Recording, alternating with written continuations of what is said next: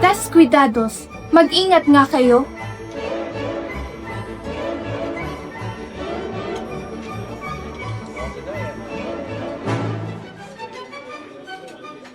Mierda! Tila'y kapansin-pansin ang kaibahan ng takbo ng pamamahala dito at sa Madrid. Dagdag pa dito ang mga Indio na nakatira rito. Ayoko talaga sa mga Indio. Di ba man ganoon katagal ang pag-alis ko sa bayan ng San Diego pagkatapos ng 20 taong panunungkulan? Pero nung ako'y lumisan, sino naghatid sa akin? Kaunti lamang at mga matatanda pa. Fue malenusados, elosun desagradecidos.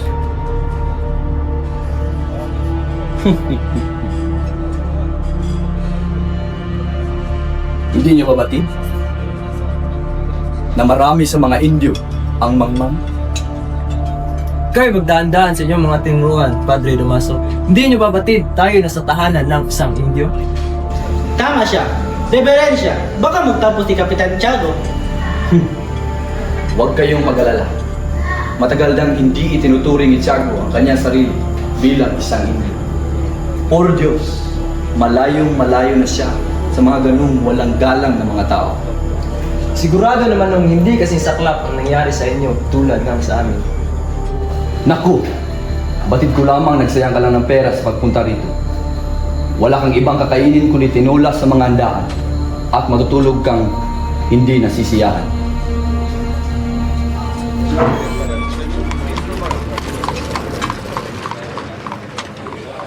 Mga Ginoo, ikinalulugod kong ipakilala sa inyo ang anak ng aking matalik na kaibigan na si Don Rafael Ibarra.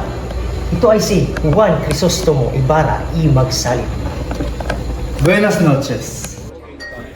Aba, Padre Damaso, ang kura ng San Diego. Kinagagilat ng Ethan Lee, ang matalik na kaibigan ng aking ama. Nagkamali yata ako. Patawad po, Reverensya. Hindi ka nagkamali.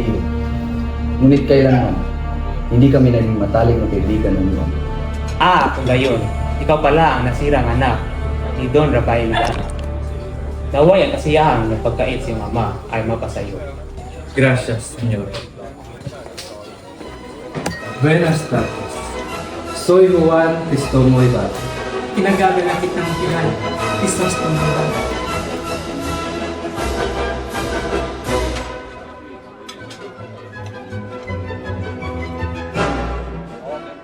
Bueno, panahon na para tayo magsalo-salo.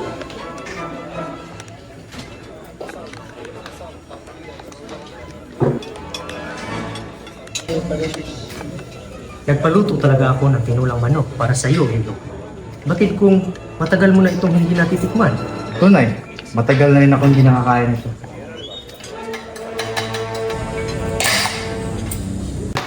Senyor Ibarra, ilang taon ka nang lumayo sa ating bayan? 7 taon na po, Ginoo. Kahit saan man ako mapadpad sa mundo, hindi ko talaga makakalimutan ang bayan na ito. Talaga lang ha? Hombre, abay, kay tagal mo naman yatang nawala. Toho, Doña Victorina. Kahit tila nakalimutan na ako ng ating bayan. Ano ang nais mong ipaiwatid, Iho? Sa aking pagkawala, wala akong nakuhang balita mula sa ating bayan, pati sa San Diego. Kaya hanggang ngayon, di ko pa rin batid kung ano ang nangyari sa pagkamatay ng aking ama. Don Ibarra, nasan pa kayo sa Europa? Hindi yata kayo nakataglap ng telegrama. Napansin ko lamang na ang kaunlaran at kahirapan ng mamamayan sa isang bayan ay katumbas ng kaunlaran nito o di kaya ay kawalan nito. Tanga! Bakit ka ba nagabala sa pagpunta sa Europa? Kung ganyan lang din ang iyong sasabihin.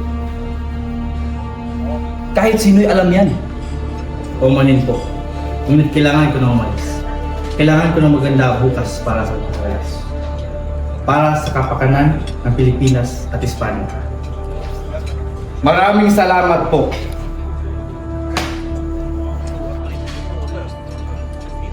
Nakikita nyo na, ganyan ang nangyayari kapag nag-aaral sa Europa. nagiging mayabang.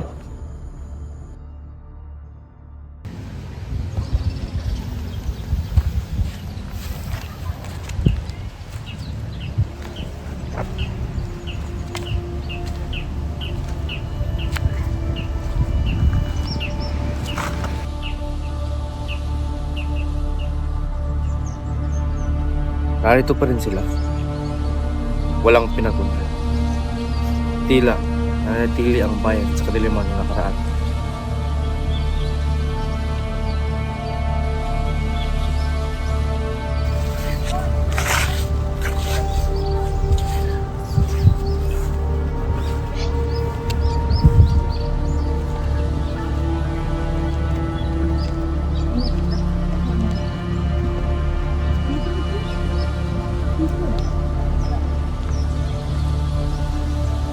Tinte Guevara, ikaw pala.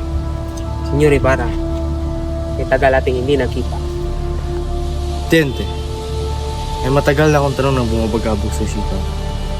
Ano ba talaga ang tunay na dahilan kung bakit nakulong ang aking ama? Halika, senyor. Samahan mo ako. At ikukwento ko lahat. Kahit ito'y magdulot ng api sa iyong puso. Herehe, Filipostero. Hindi ka nangungumpisan. Ang kaluluwa mo ay tiyak na mapapahamak.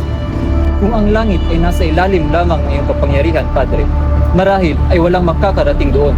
Indio insolente! Wala kang karapatang magsalita ng ganyan!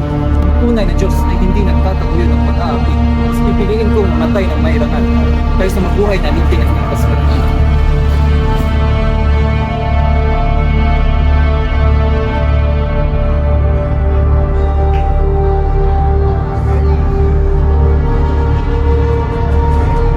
Hindi siya marunong magbasa. Ang bobo ng Kastila.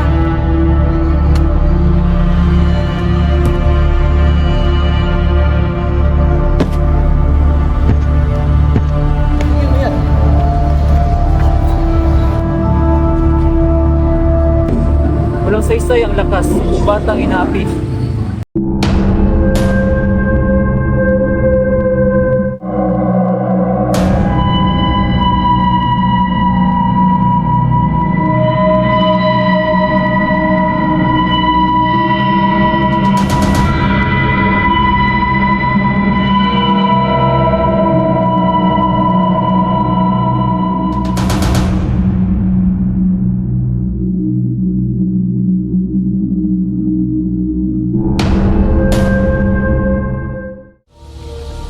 At doon ang simula ang pinakamadilim na kabanata sa buhay ng iyong ama.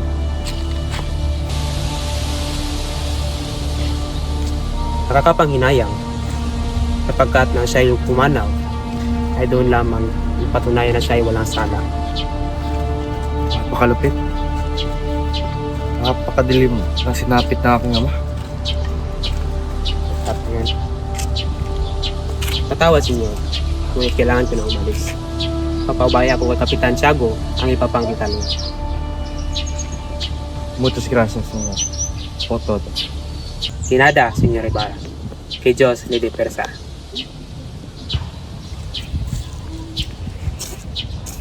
Hindi. Hindi ito maaari.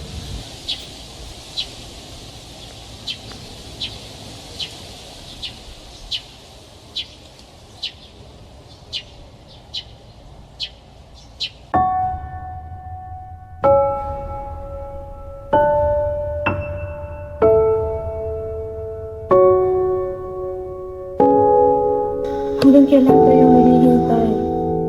Tila mga panalangin natin nalulunod na sa katahimikan ng langit. Pia, kung ang Diyos ang magtatakda, tayo magtitiis.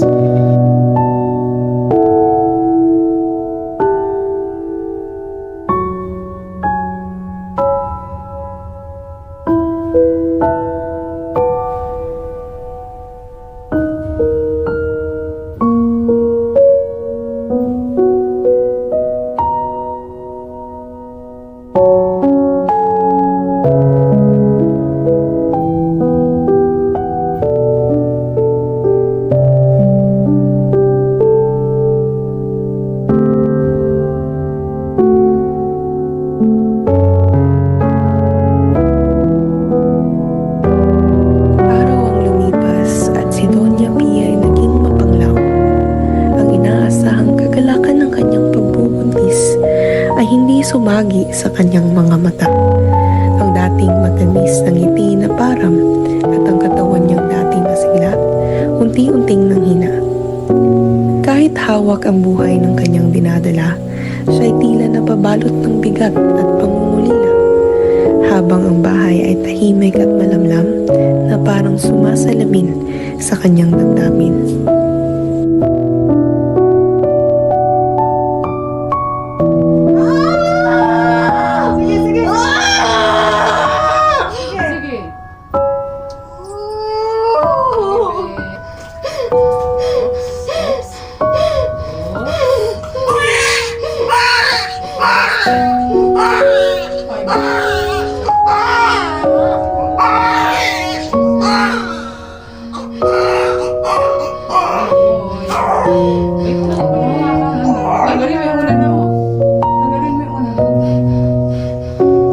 Pia. Pia.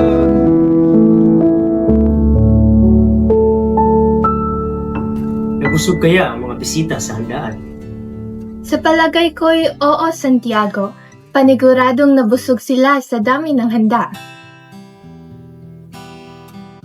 Oh, Clarita, nariyan ka pala. O siya, maiwan ko muna kayo at ako'y maghahanda pa sa kusina.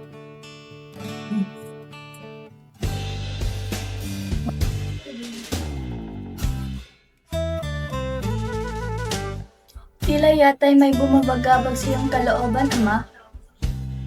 Hindi anak. Nagpapasalamat lamang ako sa may kapal na biniyayaan tayo ng maayos na buhay.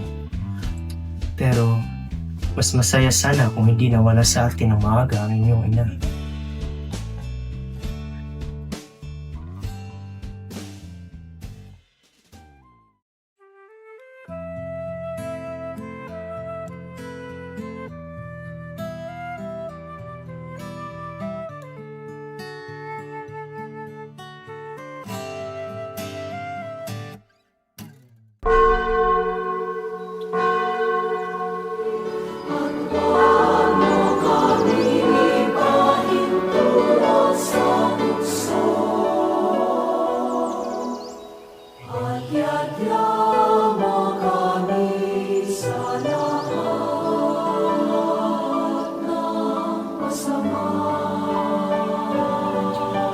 Clarita, bakit na ikaw ay hindi matinig?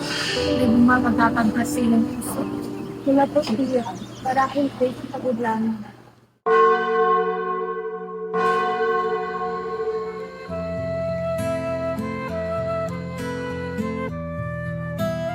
Oh, iha, pakailabangan mo ang iyong ginigiliw. Kung ganyan kang umingiti, malamang ay may darating na bisita. Wala akong hinihintay na bisita, tiya. Para sa dalagang walang kasingandang amoy roses. Magandang gabi, Tia Isabel. Nais ko sana makausap si Maracaro, kuya yung Imam Marapal. Aba, Ibarra, palaging bukas ang aming tahanan para sa iyo. Kumusta si Ibarra? Salamat at dumalaw ka muli sa aming tahanan. Halika! Clarita, narito ang iyong kasintahan.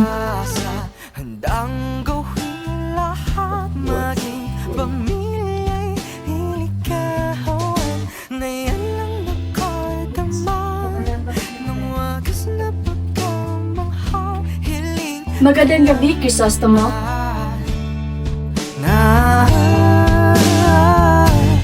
tayo na sana dalawa, sumuli at ang umpisa, papatunayan ang unang pag-ibig ay di mawawala. Napakaswerte ko naman at pinagkasundo tayo ng ating mga magulang. Sapagkat kung hindi ko sana matatagpuan ang isang katulad. At napakagandang mga salita ang dala mo, Crisostomo. Baka naman, marami ka na nabighani sa iyong paglalakbay. Wala ni isa. Sapagkat ang ganda mo, Maria Clara, ay hindi sa anyo, kung hindi sa puso. At sa puso ko, ikaw lamang ang iniibig at pinipintikasi. Narito, aking iniibig. Isang liham bago ako tumungo sa Europa.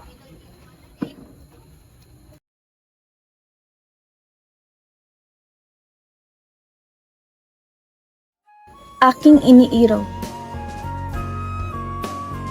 Aking iniiraw. Sa bawat pintig ng aking puso ay pangalan mo ang isang tinutugtog. Ang iyong ngiti, ang araw na bumubuhay sa aking mga gabi. At iyong tinig, ang himig na laging gumagabay sa aking paglalakbay. Kung bukas ay dumating ang unos at ako'y mag-isa, ang alaala ng iyong pag-ibig ay maging aking kanlungan. Paumanhin kung ika'y aking nilisan.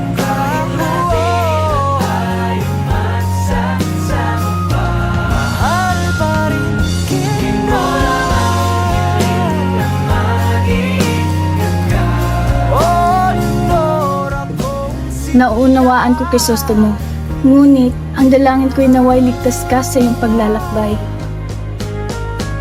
Paalam aking minamahal.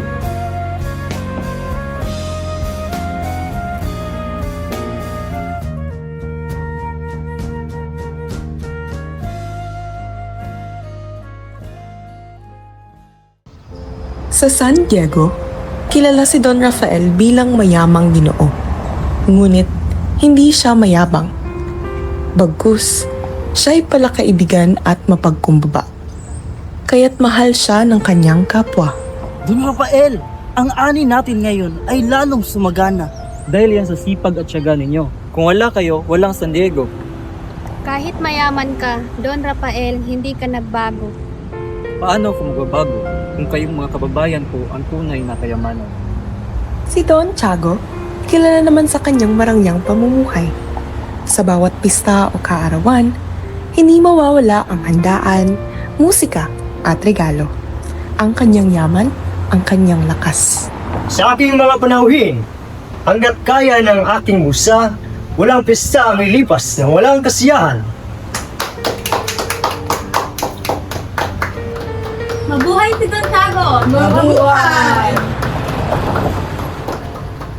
Ngunit higit sa lahat, ang tunay na makapangyarihan sa San Diego ay ang kura paroko at ang alperes.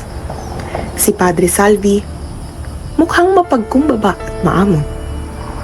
Tila kabaliktaran ng marahas na si Padre Damaso. Mga anak, El Señor os Bundigo, ang Diyos ay laging nariyan para sa inyo. Manatili kayong tapat at mapagkumbaba.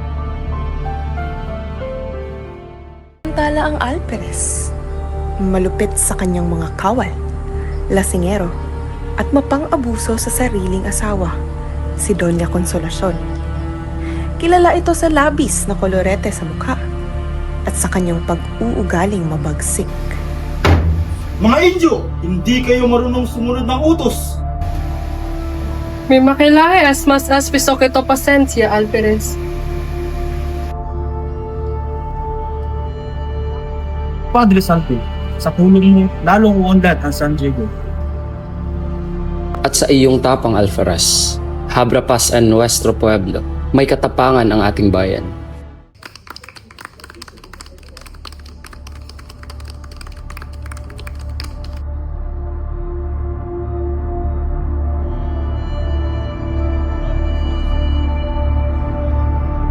Hipokrita, buracho! Fraile falso. Mga hangal na sundalo! Fraile. Wala kayong alam kundi maglakwatsa, maglasing! Wala kayong kwenta! Darating din ang oras mo.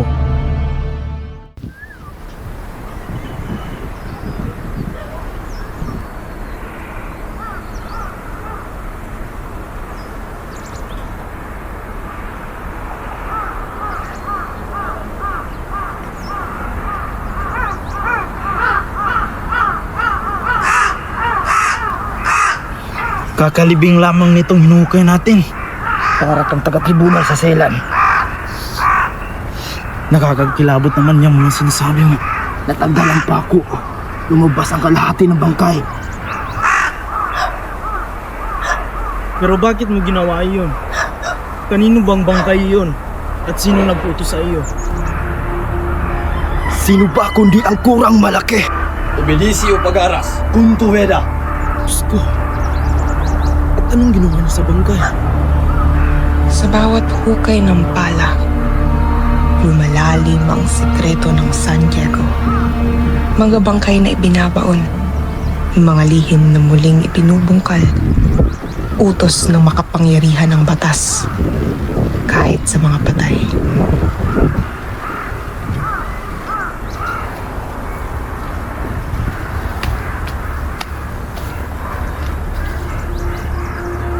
Magandang umaga sa inyo. Nais ko sanang matanong kung bakit walang puntod na aking ama na si Don Rafael. Kahit ang krus na ipinatayo para sa kanya ay wala rin. Gayon man, ay nakakatiyak ako na narito sa badang ito inilibing ang aking ama. Sinunog ko na po ang cross. Sinunog? Nasaan ang buntod ng aking ama? Bagamat wala itong krus, ay nasisiguro ko natatandaan niyo kung nasaan ito. Pawanin po Ginoo, ngunit wala na po ang kanyang bangkay. Anong ginawa niyo sa bangkay ng aking ama? Sinunod ko lamang ang utos ng gurang malaki. Ngunit hindi ko nilibing sa libingan ng mga insek sapagkat mas nakabubuti ano rin lamang ang bangkay sa ilog.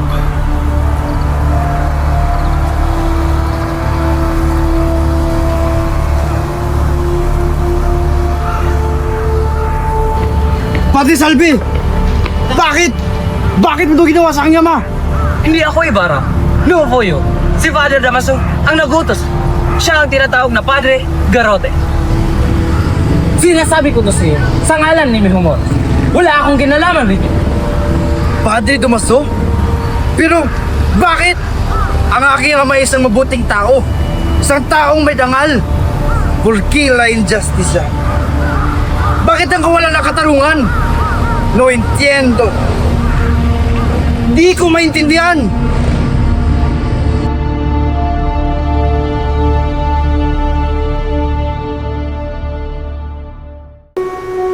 Sa tahimik na bayan ng San Diego, kilala si Don Anastasio bilang Pilosopo Tasio, isang mag-aaral ng pilosopiya na tanyag sa kanyang kakaibang pananaw sa politika at paniniwala.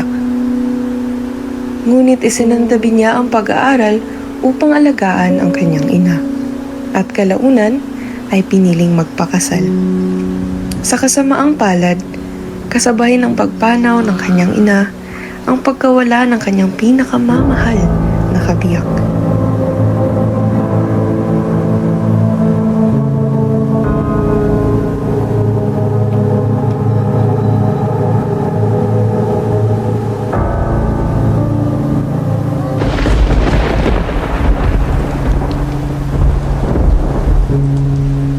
Masaya ako!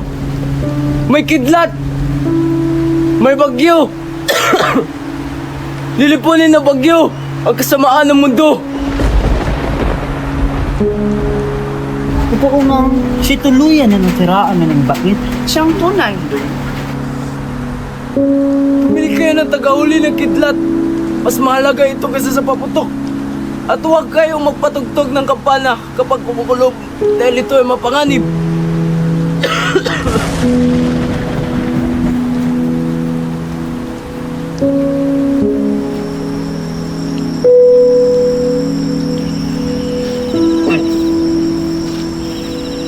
Mga bata, kailangan niyong umuwi ng maaga sapagkat naghain ng inyong ina na espesyal na pagkain para sa iyong hapunan.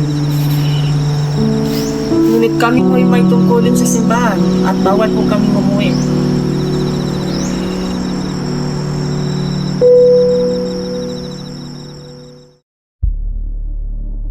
Kuya, sana ninakaw ko na lang ang perang iyon para may maibigay ako sa inyo ni Inay.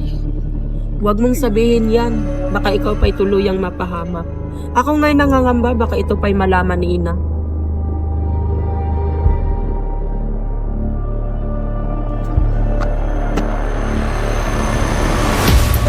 Ustedes dos, anong kaguluhan ito?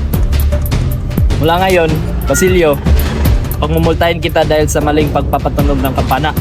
At ikaw naman, Crispin, hindi ka uwi hanggat hindi mo binabayaran ng yung ninakaw mong 2 onzas de oro.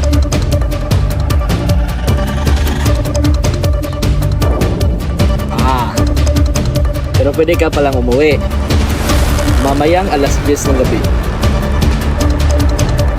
May reklamo ka ba?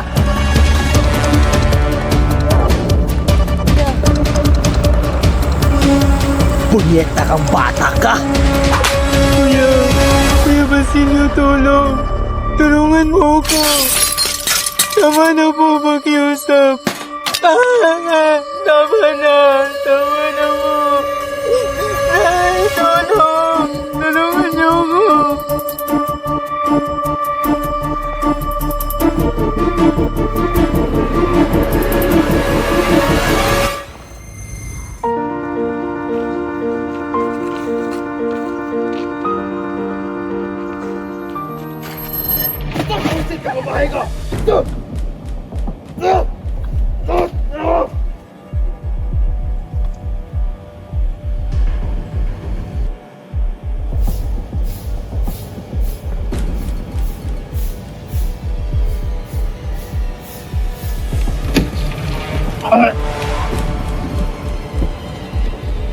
Ito na ako. Anong klaseng pagkain to? Nasa sa mga bata! Walang lasa! Pusit ka kumakain ko!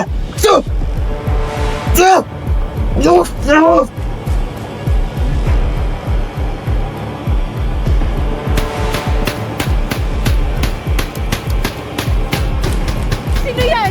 Crispin? Basilio? Anak! Anong nangyari sa'yo? Inay, nagdapisan ako! Tinugis kami! Anak! Tahan dito na ang ina!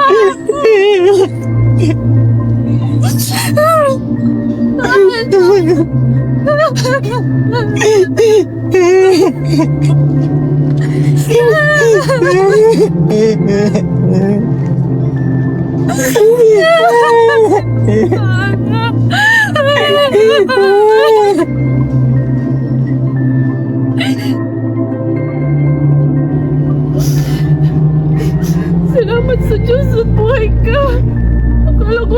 Akala ko hindi na kita makikita pa. Tumakas ako.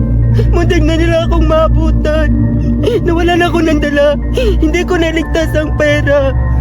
Huwag mo alalahan ng pera, Basilio. Mahal ako'y buhay ka.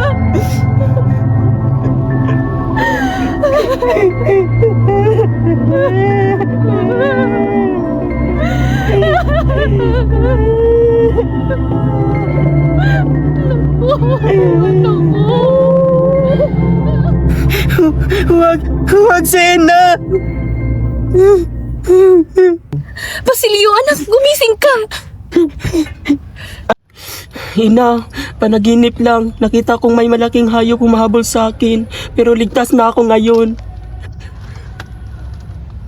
Ina, hindi na ako babalik sa simbahan. Hindi na ako magpapasakristan. Mamasukan na lang ako kay Don Ibarra. Mag-alaga ako ng baka at kalabaw. Sigurado ka ba, anak? Bata ka pa. Oo, ina. Mas mabuti ito. Mas ligtas, mas payapa at wala nang makakasakit sa atin. Si Crispin, ipapasok ko na lang siya kay Piloso Potasio. Tutulungan niya kami. Magkakasama tayo, ina. Maganda ang ating magiging buhay.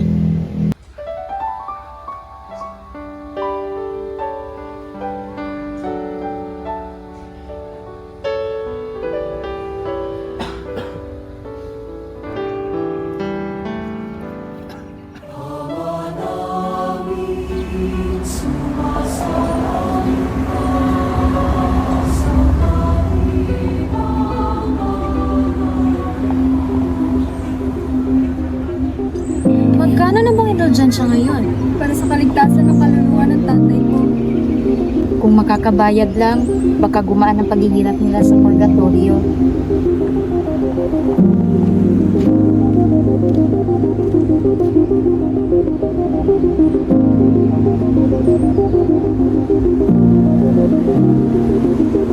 Pumanang galang ako. Maaari ko bang makausap ang kura? Hindi siya pwede kausapin, may sakit siya ngayon. Kung ganoon, maaari ko bang makita ang anak kong si Crispin? Si Crispin? Di ba ba't umuwi siya sa inyo? Si Basilio lang naman doon. At naiwan dito si Crispin, kaya ibig ko siyang makausap at ipagpaalam sa pura na susunduin ko na siya. Naiwan nga rito si Crispin, pero pagkatapos magnakaw, tumakas din. Naisuplong na siya sa mga gwardiya sibil, anumang oras, maaari na siyang dakpin.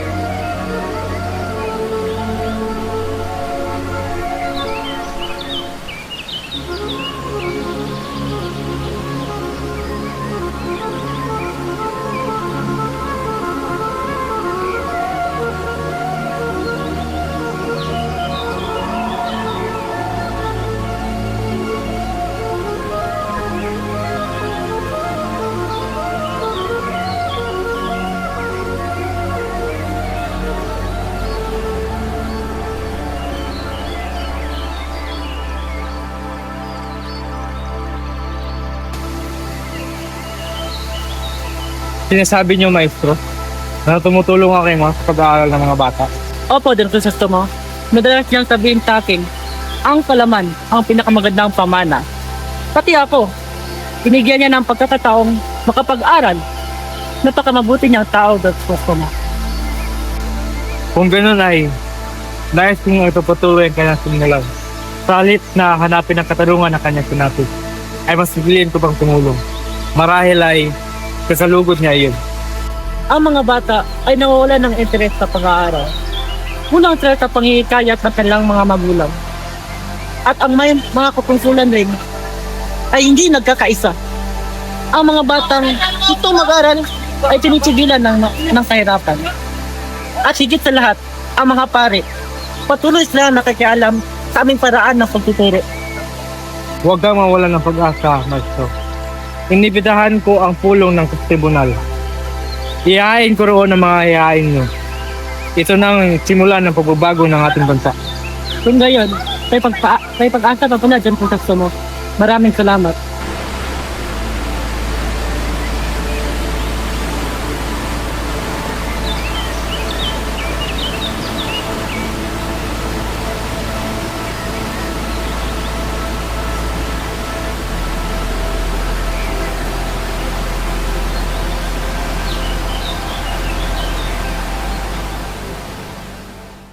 Anong ginagawa niyo rito? Nasaan ang mga anak ko? Nasaan ang dalawang mga bata? Wala sila rito! Wala akong kasalanan! Sinungaling! Maawa po kayo! Maawa po kayo! Wala pong kasalanan ng mga anak ko! Bilhin!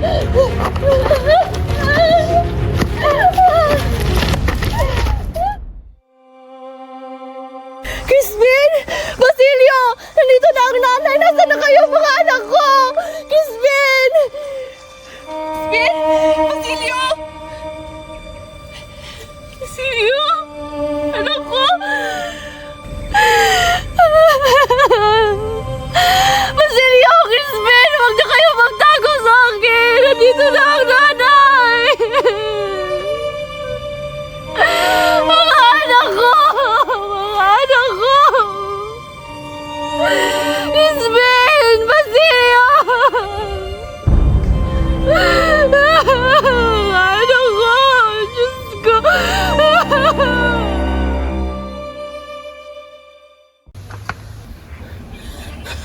Senyor Ibarra! Senyor Ibarra! Senyor Ibarra!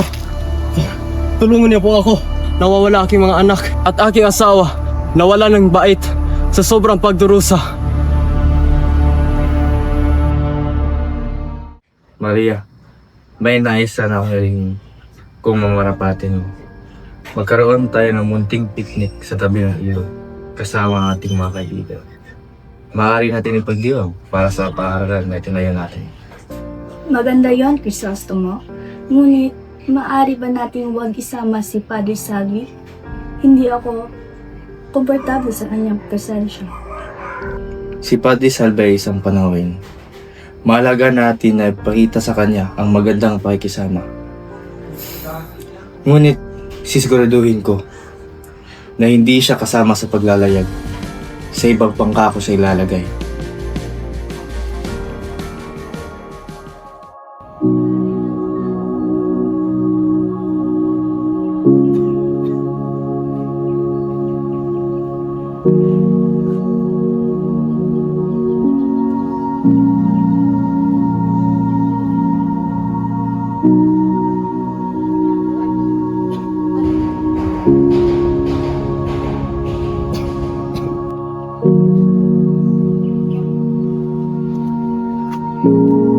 Padring Salvi, saktong-sakto. Nais ka sana imbitahan natin sa isang picnic na aming pinaplano. Nais ka sana makasama. Senyor Crisostomo, por supuesto, kung iyan ang iyong kagusto, hindi kita tatanggihan. Salamat, Padre. Kung mucho gusto, inaasahan namin ang iyong pagdalo. Diyos mío, napakabait mo, Don Crisostomo.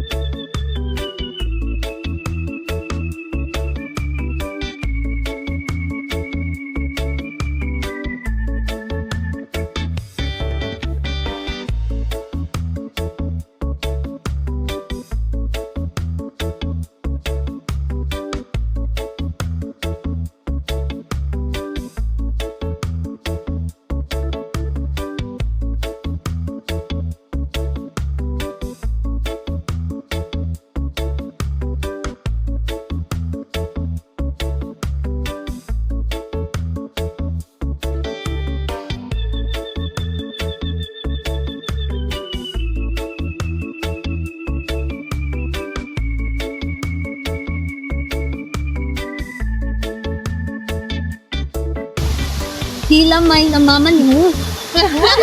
Uy, paano yung nakita? Ay, Maya! Maya!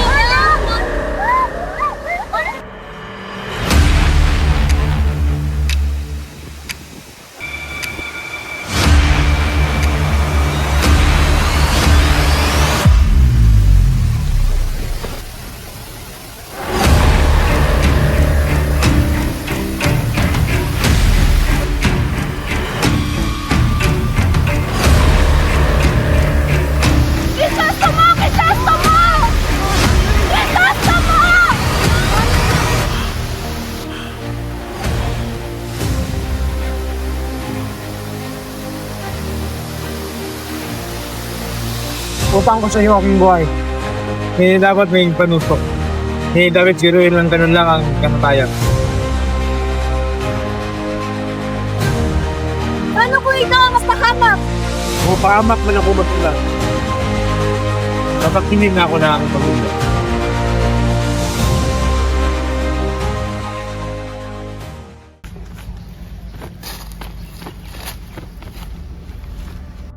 Tila nasugatan kayo. Nahulog ba kayo? Hindi. Naligaw ako at nakapasok kung saan-saan. Sino ba ang taong iyon? Hindi ba't ang salarin ay taong iyon na nagtapon sa inyo sa salaba? Nawawala ang dalawang anak ni Sisa. Di ba't sila ang iyong mga sakristan? Noong kayo'y nawalan ng kaunting salapi, agad ninyo akong ipinagising sa aking sarhento. Ngunit tila hindi kayo nababahala na nawawala ang iyong mga sakristan. Dahil ako ang mananagot sa pera ng simbahan. Tunay nga po kayong taong banal.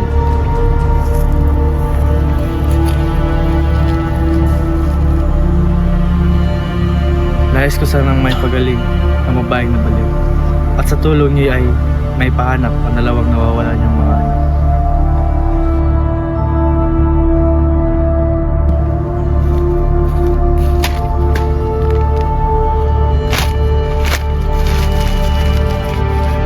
Malaking kasalanan po ang mangialam sa pag-aari ng iba.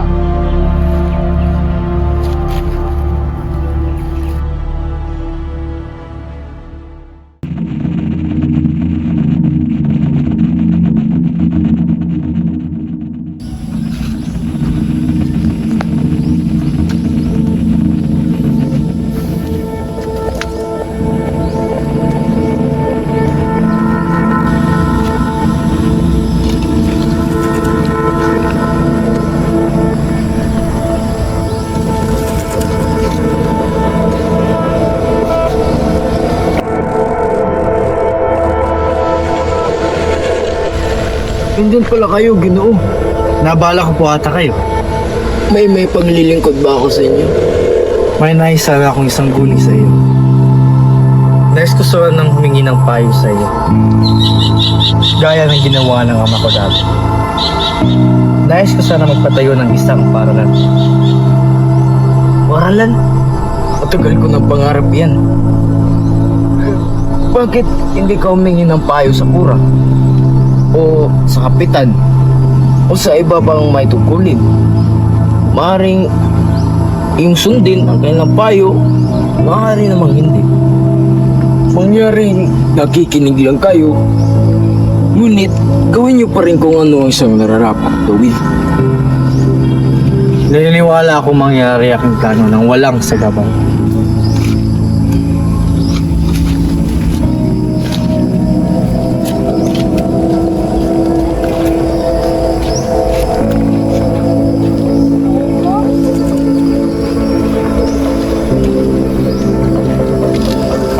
Matutuloy ang iyong plano kung sasangguni kayo sa mga tao aking sinasabi. Kung pagkakaitan kayo ng mga taong nasa kapangyarihan. Maaaring pigilan ng kanyang ina ang kanyang anak sa pagpasok sa eskwelahan. Ngunit, ano namang silbi na paaralan kung walang mag-aaral? Sapagkat ang lupang inyong tinatapakan ay nasa kapangyarihan ng mga taong nagpapahalik ng kanilang mga kamay. Papahalik ng kamay? Nakalimutan niyo po ba sila yung may kagagawan ng pagkamatay na aking ama? Hindi ko naisip pagiganti aking ama, alang-alang sa relihiyon. Ang umiwas sa puglo ay karuwagan. Subalit, kamangmangan ang sumagupa sa kamatayan. Huwag muna ninyong ituloy ang iyong plano kung hindi nyo lubusang natatanggap ang kasawian ninyong ama. Pagkatapos ng lahat, makalimutan kaya ng kura ang aking kalapastanganan? Mabigo man kayo, nakakatuwang ginawa ninyo ang dapat ninyong gawin. Naniniwala ako sa inyong mga sinasabi. Ngayon ay puputahan ko ang kura. Sana hindi siya katulad ni Padre Tomaso.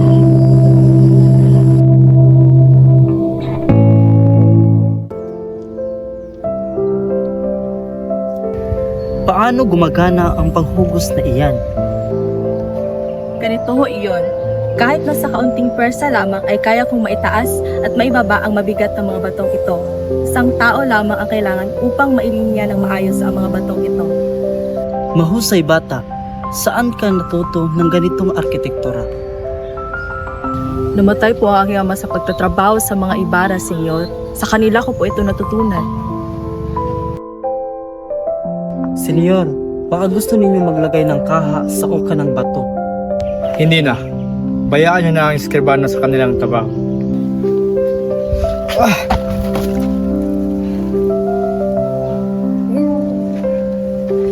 Umagalala. Itas ako. Ang taong naguhugos! Naku, nahulugan siya ng mga bato! Madali kayo. Hangin nyo ang bangkay niya rito. Kailangang maimbestigahan ang pangyayaring ito. Huwag na, mahal na alkalde. Na kahit na siguro pumuti na ang aking mga buhok, ay wala na tayong makikita pang taong singbait ni Don Ibarra.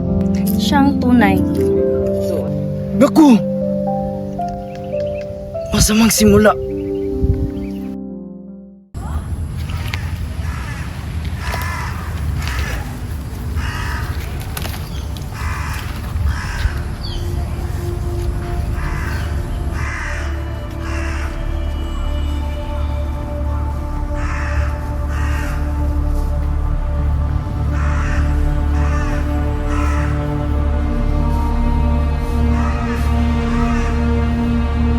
Senyor, may gusto pong kumausap sa inyo sa labas.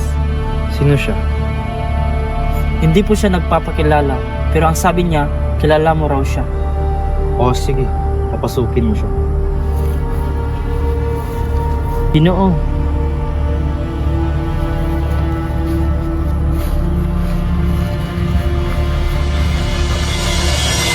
Oh, yes! Ikaw pala. Di ko naisahan ka pala yung darating. Halika, mag-usap tayo. Patawad, senyor. Ngunit dapat kayo ay mag-iingat dahil marami kayong lihim na kaaway. Hindi lang naman ikaw ang nagsasabi sa akin yun. Marami pa silang nakatago sa likod na nakagingit yung mukha at mabuting katauhan. Isa na lamang dun sa kanila ay yung nakadilaw kanina. Ngunit hindi nga lamang ako sigurado sa iba. Upang hindi ikaw masaktan, mas mabuti pang hindi alam ng iyong kalaban na ikaw ay handa at mas nakikita nila na ikaw ay nagtitiwala kung kani-kanino lamang. Ikalulungkot ko ang pagkamatay ng taong yung kanina. Kung buhay pa siya ay malamang mapakinabangan natin at matuntun natin kung saan pa ang iba kong kaaway. Patawad Don Ibarra, ngunit nagkakamali ka. Sa galit niya ay malamang kung buhay pa siya ngayon ay nang nagtatago na yun sa buluktot na pamalaan. Ngunit nilalayo na ng Diyos ang kanyang kamatayan. Sana'y lagi niyong paghandaan ang bawat sandali dahil paniguradong naghahanda sila at gagawin lang lahat upang kayo ay mapukla. Buena senyor, aalis na ako. Maraming salamat po. Ako dapat ang magpapasalamat sa iyo, Elias, dahil niligtas mo aking buhay. Magkikita pa ba tayo? Oo naman senyor, kahit kailan mo ako kailangan. At meron akong pagkakautang sa iyo. At alam ko hindi pa yan sapat. Paalam, Elias. Paalam.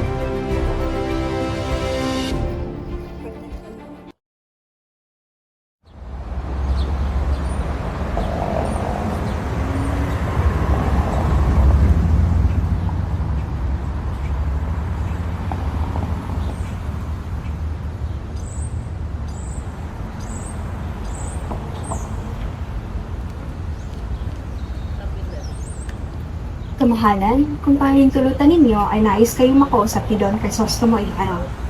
Don Ibarra? Ang sinasabi na kaalitan ni Padre Damaso. Opo, at ang nakatawan ng ads ko niya. Sige, papasukin mo siya. Gusto ko siya makausap.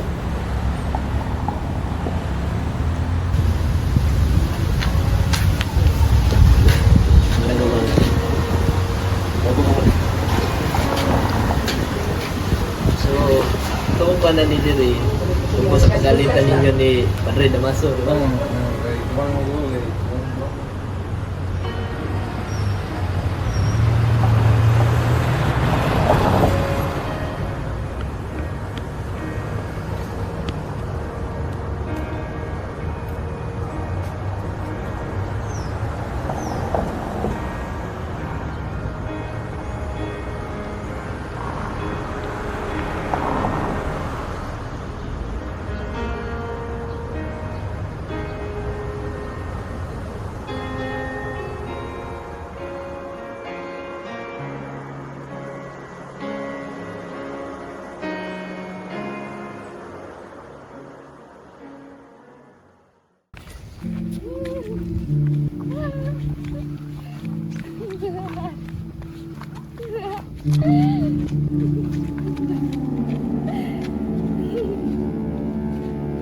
Looking like a star. Ooh, bitch don't have no panties. Ooh. Damn, your girl so fine, but her breath is like.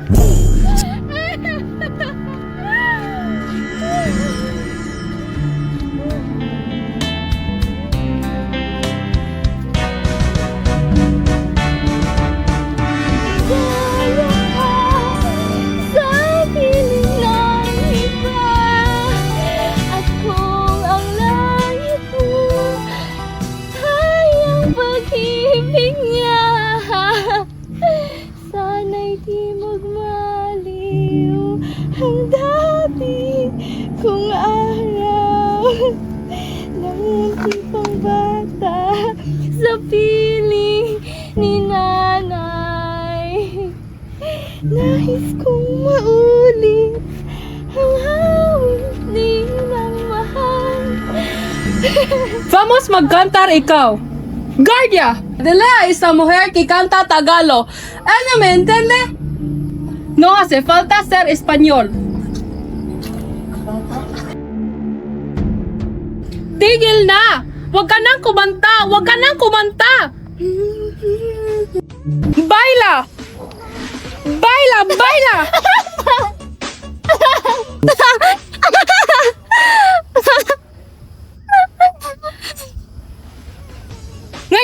Ikaw naman ang sumayaw. Baila, India! Baila, baila! Kondenada salvaje!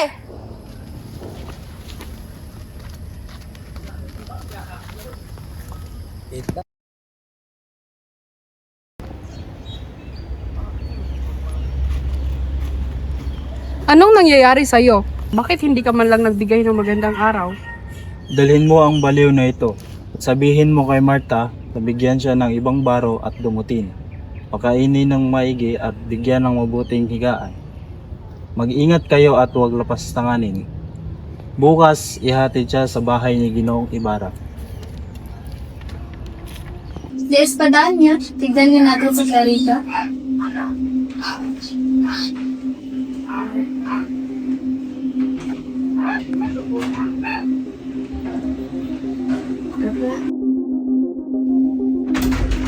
Maria, Maria anak ko, hindi ka mamamatay.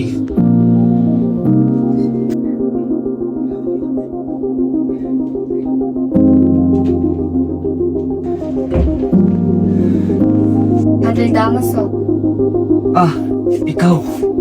Inaanak ka ni Carlicos. May liham siya sa akin ukol sa'yo. Dangan pa kasi, hindi ka pa isinisilang ng apoy umalis sa Espanya. Sinasabing ihanap kita ng mapapasukan at asawa. Sa mapapasukan ay madali. Marunong ka ba magbasa at sumulat? Ako po ay nag-aaral ng pagkamanananggol ng Universidad ng Sentral. Hindi ko inakala.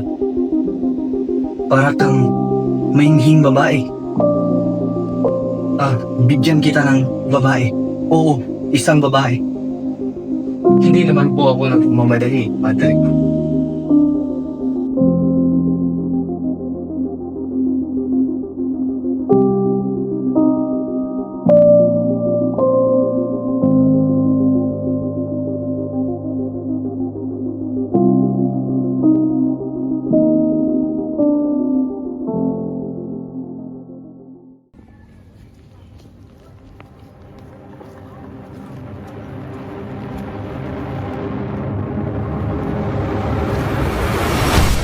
naiinggit ka lang sa akin. Oo, naiinggit ako sa kulot mong buhok.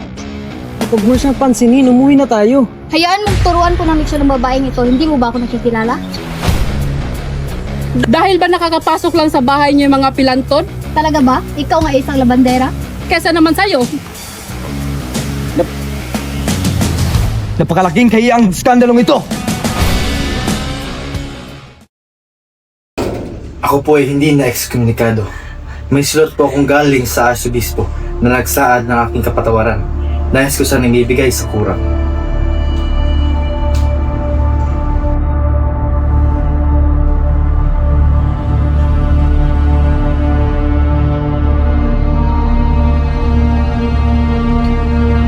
Kadarating ko lamang at labis akong nag-alala sa inyong kalagayan.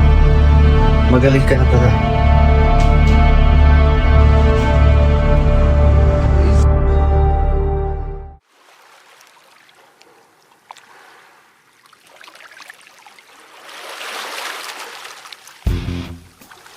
Pagpamanin niyo kung kayo ay aking ginambala.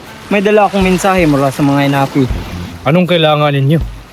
Nais nilang baguhin ang militar sa kapangyarihan ng mga pare, sa kawalan ng katarungan. Nais nila ang paggalang sa mga tao at kapayapaan.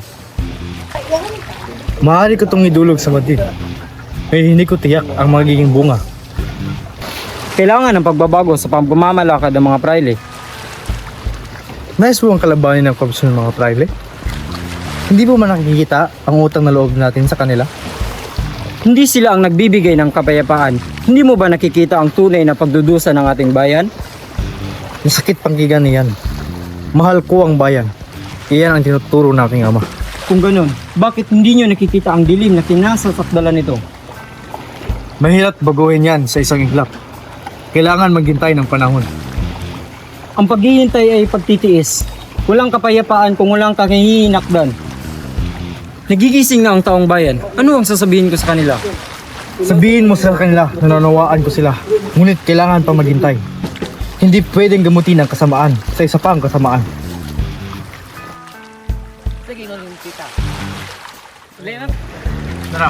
Ano ang sasabihin ko kay Kapitan? Sabihin mo na tutuparin ko ang aking pangako.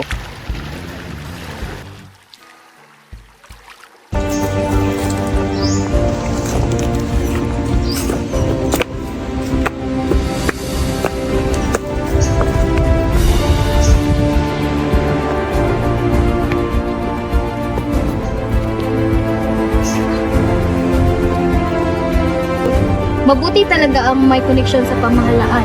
Noon ko pa nalaman na pilibustero si Ibarra. Ano na sabi ng Kapitan General? Iminungkahi ng aking pinsang si Linares na bitayin siya. Hindi. Huwag mong itago, pinsan.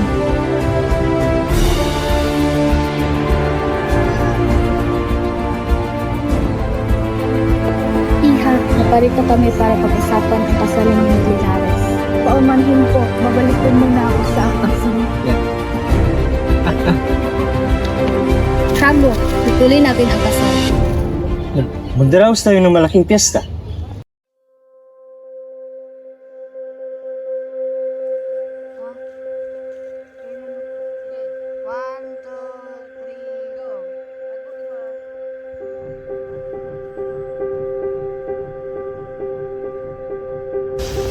Maria, narito ako upang tuparin ang pangako sa iyo.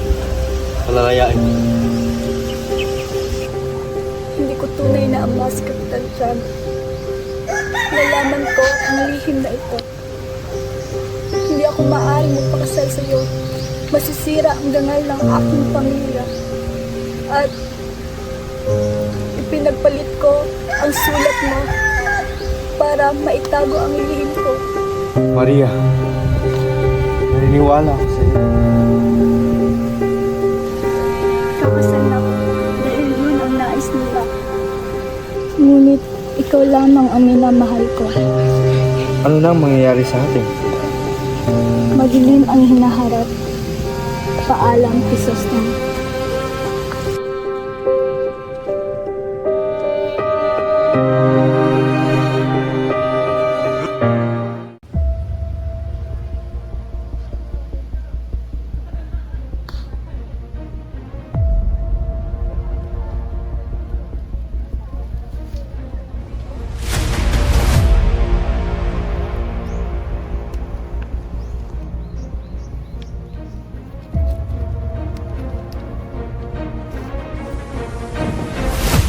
Elias? Ang ginagawa mo ito, Elias? Senyor, wala nang oras. Kailangan na natin magmadali.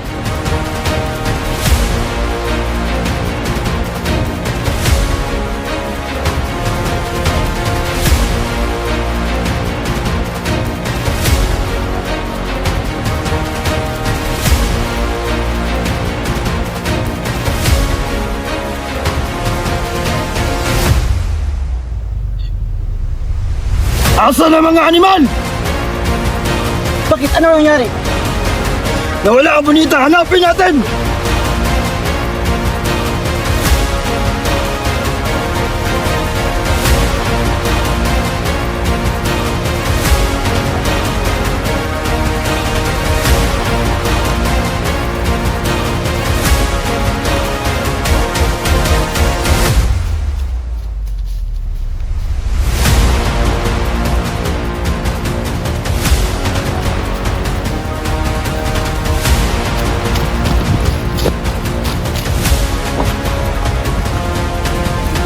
Elias, ano bang ginagawa mo? Halika na, gumaya na tayo. Isipin mo ang iyong sarili, senyor. Umalis ka na, bilisan mo.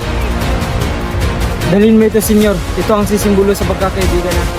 Maraming salamat, Elias. Sa ating pagkakaibigan, maalala kita.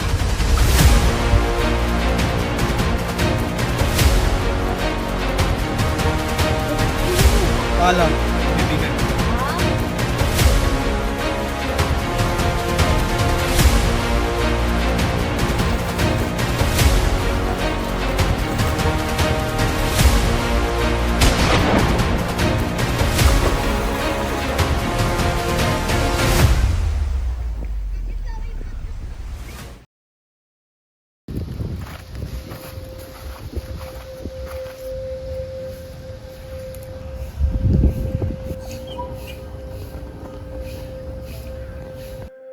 Masakit ka na naman.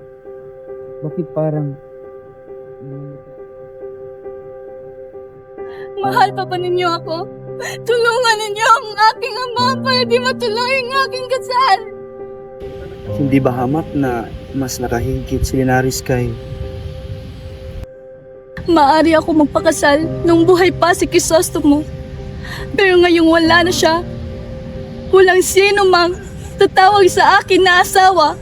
Kumbento o sementeryo lamang ang aking pagpipilian. Nako, patawad. Hindi ko inasahan ang kalungkutan mong ito.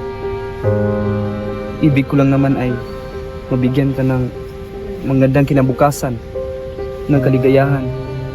At ito'y dahil mahal kita. Mahal mo pala ako. Huwag mo akong hayaang malungkot habang buhay. Patay na siya.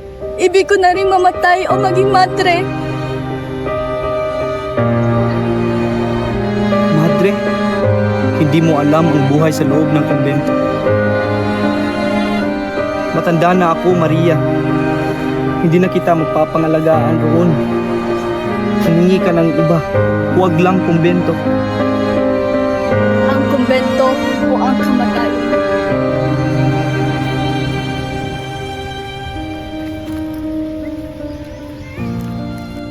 Diyos ko! Diyos ko! Narusahan mo ako. Pagpalain mo ang anak ko. Ayokong mamatay ka. Magmadre ka. Diyos ko, talagang narito ka. Nagpaparusa ka.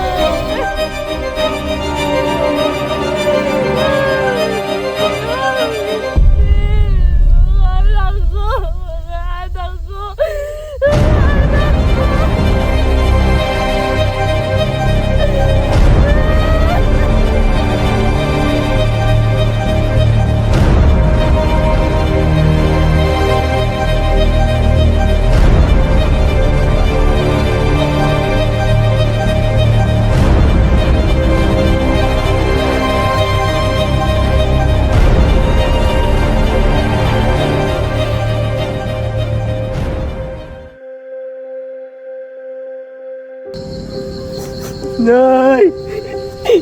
Nay! Wala na si Christina! Anak ko!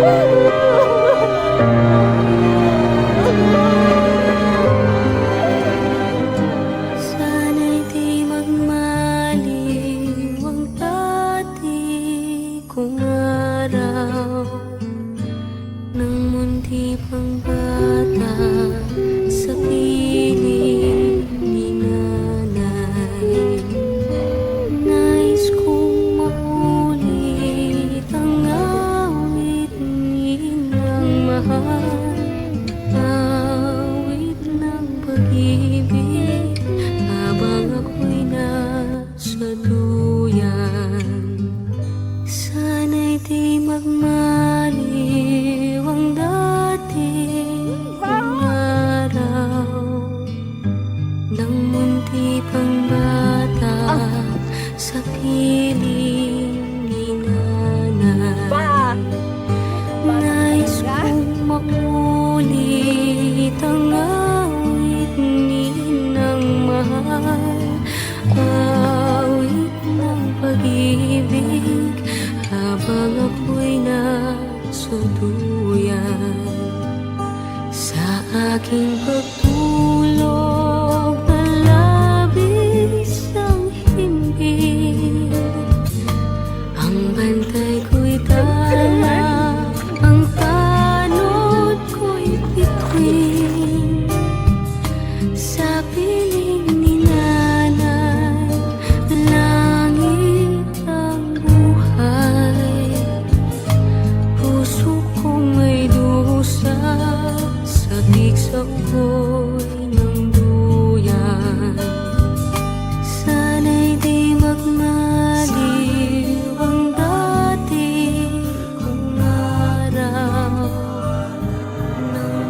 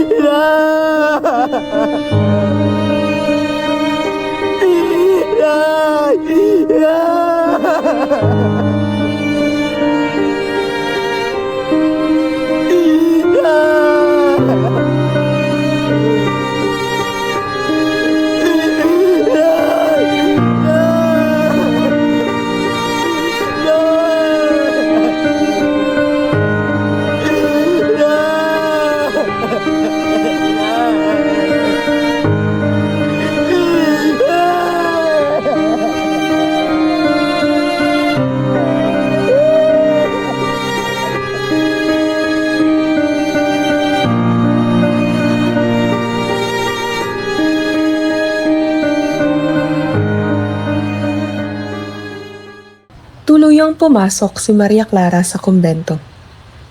Si Padre Damaso naman ay naninirahan sa Maynila at kalaunan na inilipat sa Padre Provincial sa isang malayong probinsya. Ngunit kinabukasan ay natagpuan siyang patay sa kanyang kwarto. Ayon sa pagsusuri ay bangungot ang sani ng kanyang pagkamatay. Habang hinihintay ang pagiging obispo, si Padre Salvi ay pansamantalang nanunungkulan sa kumbento ng Santa Clara na pinasukan ni Maria Clara. Siya'y umalis na rin sa San Diego at naninirahan na sa Maynila.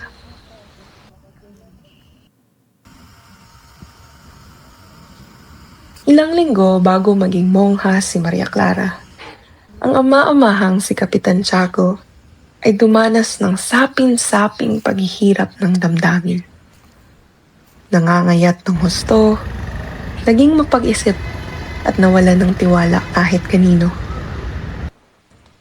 Pagkagaling ng kumbento ay sinabihan niya si Tia Isabel na umuwi na sa Malabon o kaya naman sa San Diego dahil gusto na niyang mabuhay mag-isa. Nilimot na ng kapitan ang lahat ng santo at santa at inatupag na lamang ang paglalaro ng yempo, sabong at paghithit ng marijuana. Nang lumaon ay napabayaan na nito ang sarili hanggang sa nalimot na din ang kapitan na siyang dating tanyag at iginagalang ng mga tao. Tingnan lagi. Hello po, ako nga pala si...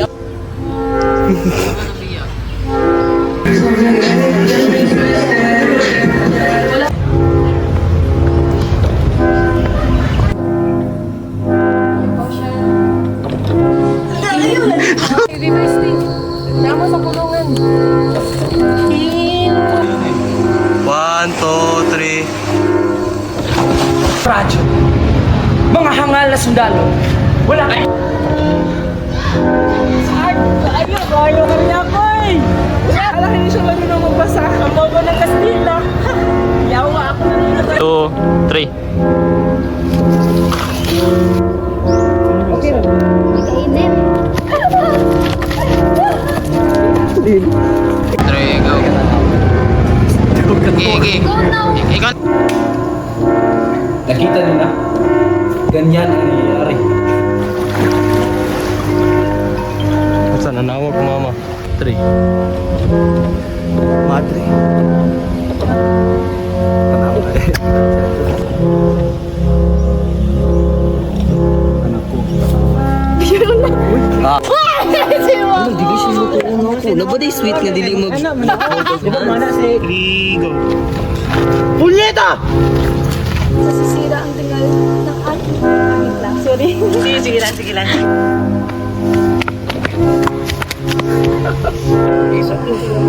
Pause. Tulong na ako! Nanay bunog!